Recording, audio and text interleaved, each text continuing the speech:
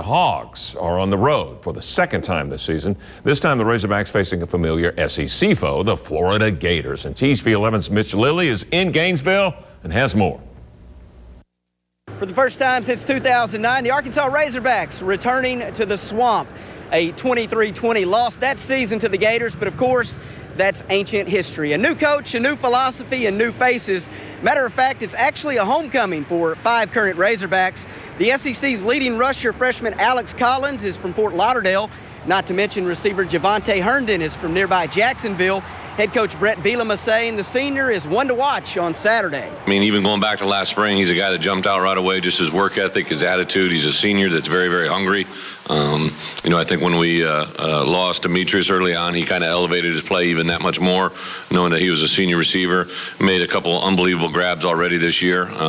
And has really grown. Obviously, he was recruited into a system that kind of featured the wide receivers, as many of them as possible at a time. And now we go to 2, on the field at a time, sometimes 3. But he's handled that very, very well. And I expect a big game out of him on Saturday. One other note, head coach Brett Bielema's wife, Jen, well, she's actually from Florida as well. She's a Tampa native, and you can bet your bottom dollar that she'll be calling the Hogs at 6 p.m.